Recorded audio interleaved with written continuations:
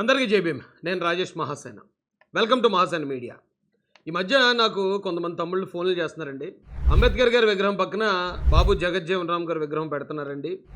అది మాకు ఇష్టం లేదని కొందరు, మరికొందరు అంబేద్కర్ గారి విగ్రహం పక్కన జగజ్జీవన్ రామ్ గారి విగ్రహం పెడతా ఉంటే కొంతమంది అబ్జెక్షన్ చెప్తున్నారన్న, మీరు మాట్లాడండి అని ఇంకొందరు నాకు కాల్ చేస్తున్నారండి. అయితే దీని గురించి ఒక విషయం మీ అందరికీ తెలియజేయాలనుకుంటున్నాను నేను. అదేంటంటే అంబేద్కర్ గారి విగ్రహం పక్కన బాబు జగజ్జీవన్ రామ్ గారి విగ్రహం పెట్టడం నా దృష్టిలో అది కరెక్ట్ కాదనిపిస్తుందండి. అలా పెట్టొద్దనే చెప్తాను. ఎందుకంటే బాబు జగజ్జీవన్ రామ్ గారి విగ్రహాన్ని మరో చోట అంగరంగ వైభవంగా పెట్టండి, కానీ వీళ్ళిద్దరిని పక్కన పెట్టడం మాత్రం కరెక్ట్ కాదు. ఎందుకు కరెక్ట్ కాదు అంటానంటే మీకు కొన్ని ఉదాహరణలు చెప్తాను.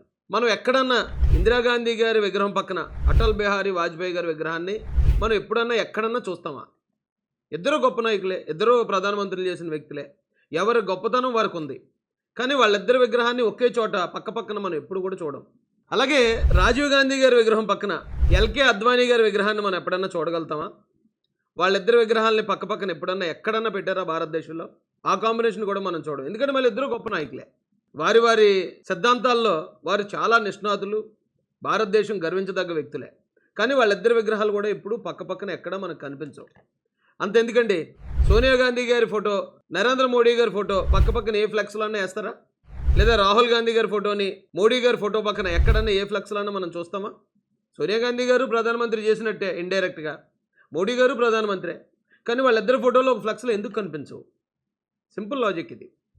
జయలలిత గారి విగ్రహం పక్కన కరుణానిధి గారి విగ్రహం మనకు ఎక్కడ కనిపించదు. ఆయన ముఖ్యమంత్రి చేశాడు, ఈవిడే ముఖ్యమంత్రి చేసింది. ఇక మన రాష్ట్ర విషయంకి వస్తే నందమూరి తారక రామారావు గారి విగ్రహం పక్కన వైఎస్ రాజశేఖర రెడ్డి గారి విగ్రహాన్ని మనం ఎక్కడన్నా చూసామా? మనకి ఎక్కడైనా కనబడుతుందా? ఇద్దరు ముఖ్యమంత్రులు చేసిన వ్యక్తులే, ఇద్దరికి మాస్ ఫాలోయింగ్ ఉన్న వ్యక్తులే. కానీ పక్కన ఉండటం అనేది జరగదు. ఎందుకంటే వారి సిద్ధాంతాలు, ఇప్పటిదాకా నేను చెప్పినవన్నీ కూడా వారి సిద్ధాంతాలు వేరు, వారు ఉండే ప్లాట్ఫామ్స్ వేరు. కాబట్టి ఇద్దరికి విగ్రహాలు పెట్టవచ్చు, కానీ పక్కన పెట్టడం మాత్రం అది సిద్ధాంతపరంగా కరెక్ట్ కాదు. అలాగే అంబేద్కర్ గారి పక్కన బాబు జగజ్జీవన్ రామ్ గారి విగ్రహం పెట్టడం కూడా సిద్ధాంతపరంగా కరెక్ట్ కాదు.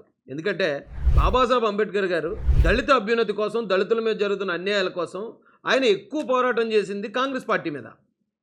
అదే కాంగ్రెస్ పార్టీలో బాబు జగజ్జీవన్ రామ్ గారు చిన్నప్పటి నుంచి దాదాపు దశాబ్దాల పాటు నాయకుడిగా ఉన్న వ్యక్తి, సాక్షాత్తు ఉప ప్రధానమంత్రిగా పదవి అలంకరించిన వ్యక్తి. కాబట్టి వీరిద్దరికీ కూడా సిద్ధాంతపరంగా చాలా భేదాలు ఉన్నాయి. ఇంకా చెప్పాలంటే అంబేద్కర్ గారు ఎక్కువ ఫైటింగ్ గాంధీ గారితోనే చేశారు. బాబు జగజ్జీవన్ రామ్ గారు గాంధీ గారికి ఇష్టమైన శిష్యుడు. కాబట్టి వీళ్ళిద్దరికీ కూడా సిద్ధాంతపరంగా ఇంత వైరుధ్యం ఉన్నప్పుడు వారిద్దరిని ఒక చోట పెట్టడం అనేది కరెక్ట్ కాదు. ఈయన ఫుల్ టైమ్ పొలిటీషియన్ బాబు జగజ్జీవన్ రామ్ గారు. అంటే చాలామంది రాజకీయ నాయకుల్లా ఆయన కూడా ఫుల్ టైం పొలిటీషియన్. చిన్న వయసులోనే ఆయన పాలిటిక్స్లోకి ఎంటర్ అవటం, ఆయన ఎమ్మెల్యేగా చేశారు, మంత్రులుగా చేశారు. దాదాపు 30-40 సంవత్సరాలు ఆయన మంత్రిగా పనిచేయటం, అన్ని శాఖలకు పనిచేయటం, అలాగే ఉప ప్రధాని దాకా ఆయన ఎదగటం జరిగింది. ఆయన గొప్పతనం ఆయనకుంది, కానీ ఆయన ఫుల్ టైం పొలిటీషియన్.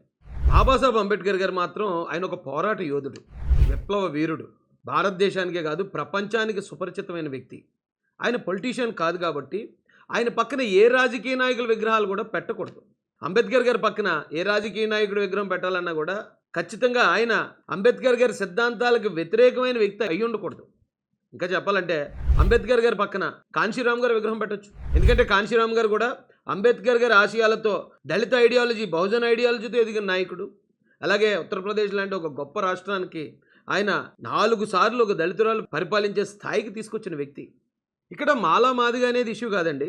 అంబేద్కర్ గారు అంటే ఒక మాలమాదిగలకే కాదు, భారతదేశంలో ఉన్న మహిళలకి, కార్మికులకి, శూద్రుల్లో నుంచి వచ్చిన అగ్రవర్ణాలకి, ఇలా ప్రతి ఒక్కరికి మేలు చేసిన వ్యక్తి ఆయన ఒక పోరాట యోధుడు. కాబట్టి ఆయన పోరాట యోధుడిగానే మనం ఆయన గుర్తించాలి, ఆయన్ని గౌరవించాలి. ఎందుకంటే ఈ రోజున ప్రపంచమే ఆయన గౌరవిస్తుంది.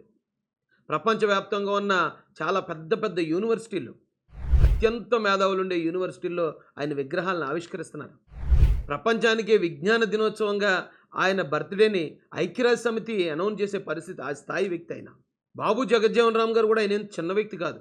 ఒక దళిత కుటుంబంలో పుట్టి ఉప ప్రధానమంత్రి స్థాయికి ఎదిగాడంటే ఆయన రాజకీయాల్లో ఎన్నో ఒడిదుడుకులు ఆయన అనుభవించుంటారు, ఎన్నో సవాళ్ళను ఆయన ఎదుర్కొని ఉంటాడు. కాబట్టి ఆయన ఒక రాజకీయ నాయకుడిగా ఆయనకి ఇచ్చే గౌరవం ఆయనకి ఇద్దాం. బాబాసాహెబ్ అంబేద్కర్ గారు మన జీవితాల్ని ఇక్కడి దాకా తీసుకొచ్చి ఈరోజు మనం ఇలా ఉన్నామంటే దానికి కారణమైన అంబేద్కర్ గారిని ఆయనకిచ్చే గౌరవం ఆయనకు కూడా మనం ఇచ్చి తీరాలి. సో ఈ 2 విగ్రహాలు ఒకచోట పక్కపక్కనే ఉండటం అనేది ఇది సిద్ధాంతానికి విరుద్ధం. మాల ఇష్యూ, మాదిగ ఇష్యూ, ఇంకో మహర్ ఇష్యూ, చమర్ ఇష్యూ కాదండి ఇది. సిద్ధాంతాలకు సంబంధించిన ఇష్యూ కాబట్టి ఈ 2 విగ్రహాలు పక్కపక్కన ఉండటం అనేది మాత్రం కరెక్ట్ కాదు. అంబేద్కర్ గారి విగ్రహం ఒక చోట పెట్టండి, అంగరంగ వైభవంగా ఆయనకి ఏర్పాట్లు చేయండి. అలాగే బాబు జగజ్జీవన్ రామ్ గారి గురించి నచ్చినోళ్ళు, ఆయన్ని ఆరాధించేవాళ్ళు, ఆయన్ని అభిమానించేవాళ్ళు ఆయన విగ్రహాలు పెట్టండి. దాన్ని కూడా అంగరంగ వైభవంగా సెలబ్రేట్ చేయండి. కానీ 2 కూడా పక్కపక్కన ఉండటం అనేది మాత్రం అది కరెక్ట్ కాదని నా ఉద్దేశం. జై భీమ్, జై భారత్, జై జై మహాసేన.